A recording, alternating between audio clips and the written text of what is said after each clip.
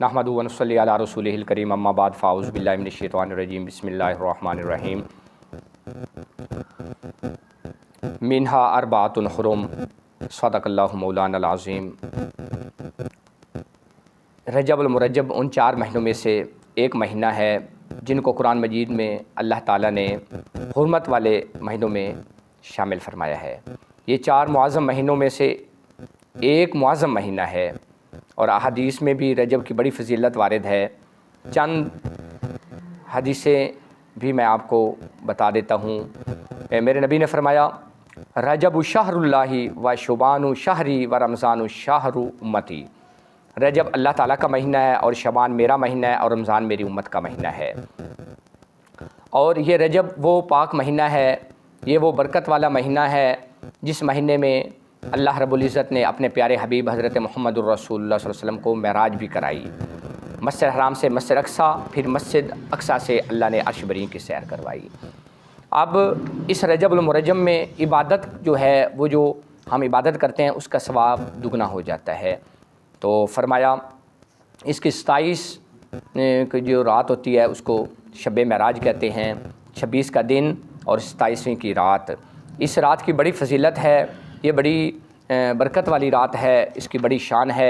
इसके आया हम इसकी नवाफिल कैसे अदा करें, हम इनफरादी तौर पर नफल पढ़ें तो उसका ज़्यादा अजर और सवाब है।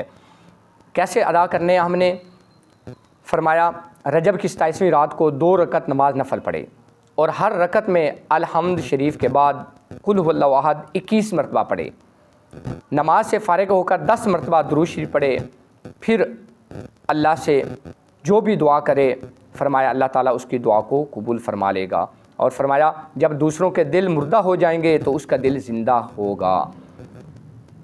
2 रकात नमाज नफल पढ़नी है और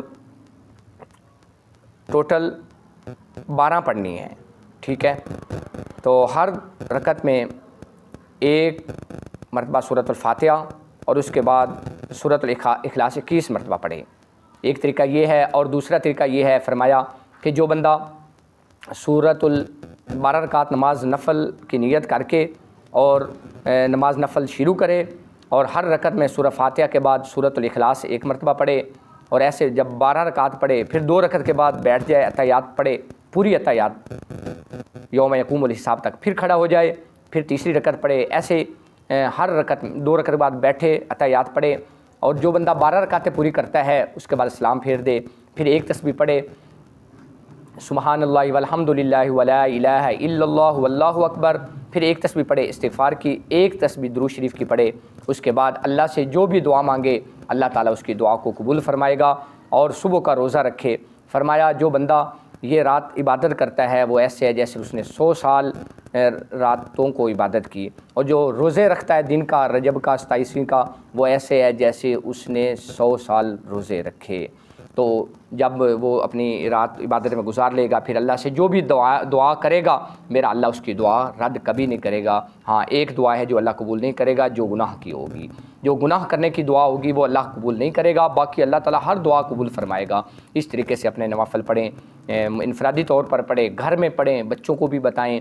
12 रकात की आपने नियत करनी है और 12 रकात के बाद सलाम फेरना है। हर 2 रकात के बाद अत्तहियात पढ़नी है और पूरी अत्तहियात यौम यक़ूमुल हिसाब तक पढ़कर सलाम नहीं फेरना, फिर खड़े हो जाना है।